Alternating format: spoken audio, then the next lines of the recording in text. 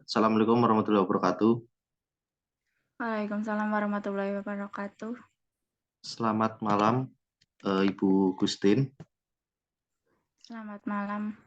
Perkenalkan, nama saya Aziz Supriyanto. Terima kasih Iya, Mas. Ada meluangkan apa? waktunya untuk mengikuti Zoom pada malam hari ini. Iya. Sebelumnya, mungkin Ibu Gustin ada yang ingin ditanyakan terlebih dahulu tentang stunting. Belum ada, Mas. Baik, jika belum ada, saya akan melanjutkan untuk menyampaikan materinya terlebih dahulu ya, Mbak. Iya, Mas, silakan. Stunting. Stunting adalah gizi kronis akibat kurangnya asupan gizi dalam jangka waktu panjang sehingga mengakibatkan terganggunya pertumbuhan pada anak. Jadi stunting juga menjadi salah satu penyebab tinggi badan anak terhambat sehingga lebih rendah dibandingkan anak-anak seusianya. Untuk gejala stunting biasanya yaitu yang pertama ada wajah tampak lebih muda dari anak seusianya. Yang kedua, pertumbuhan tubuh dan gigi yang terlambat. Yang ketiga, memiliki kemampuan fokus dan memori belajar yang buruk. Yang keempat, pubertas yang lambat. Yang kelima, saat menginjak usia 8-10 tahun, anak cenderung lebih pendiam dan tidak banyak melakukan kontak mata dengan orang sekitarnya. Dan yang terakhir, berat badan lebih ringan untuk anak seusianya.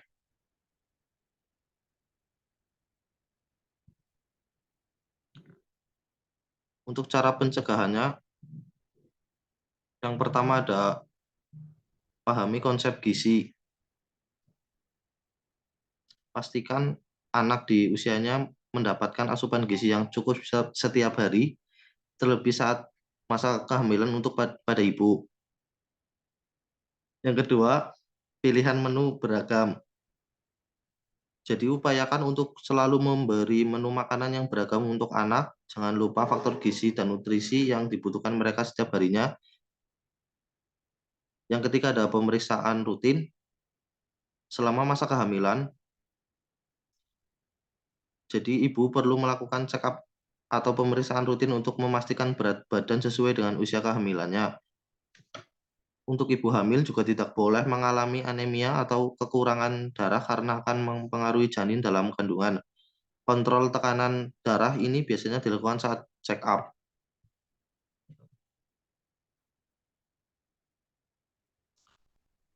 Yang keempat yaitu pentingnya ASI. ASI mengandung banyak gizi baik yang dapat menunjang pertumbuhan anak. Jadi terdapat zat yang dapat membangun sistem imun agar sehingga menjauhkan mereka dari berbagai masalah kesehatan. Salah satunya yaitu stunting. Yang kelima, konsumsi asam folat. Jadi asam folat berperan penting untuk mendukung perkembangan otak dan sumsum tulang belakang bayi. Zat ini juga dapat mengurangi resiko gangguan kehamilan hingga 72%.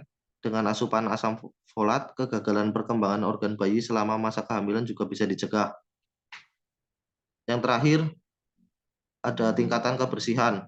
Jadi sakit infeksi yang berulang pada anak disebabkan oleh sistem imunitas tubuh yang tidak bekerja secara semaksimal. Saat imunitas tubuh anak tidak berfungsi baik, maka risiko terkena berbagai jenis gangguan kesehatan, termasuk stunting, menjadi lebih tinggi. Karena stunting adalah penyakit yang rentan menyerang ke anak, ada baiknya Anda selalu memastikan imunitas buah hati terjaga sehingga terhindar dari infeksi tersebut. Selanjutnya yaitu ada dampak stunting. Yang pertama, membuat kemampuan perkembangan kognitif otak anak itu jadi menurun. Yang kedua, anak mudah terserang penyakit karena kekebalan tubuhnya lemah. Dan yang ketiga, anak lebih beresiko terkena penyakit metabolik seperti kegemukan. Yang keempat, anak menjadi kesulitan belajar. Dan yang kelima, penyakit jantung dan pembuluh darah.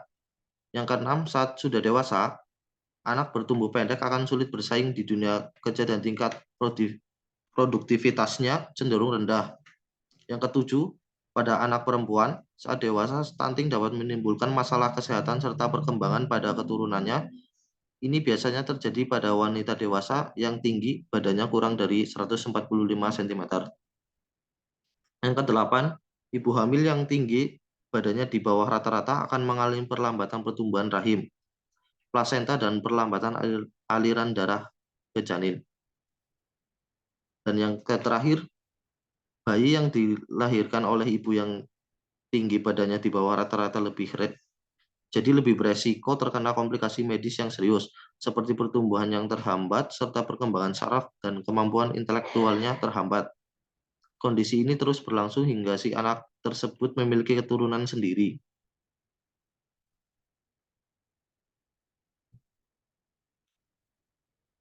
Cara penanganan stunting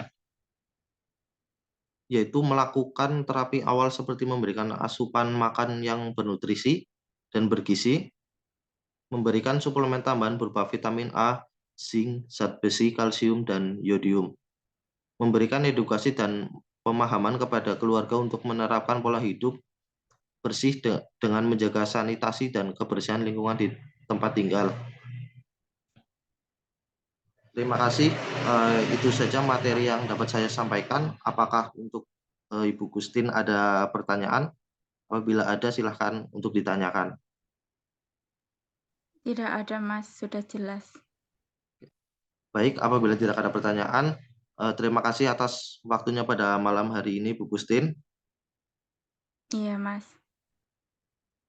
Assalamualaikum warahmatullahi wabarakatuh. Waalaikumsalam warahmatullahi wabarakatuh.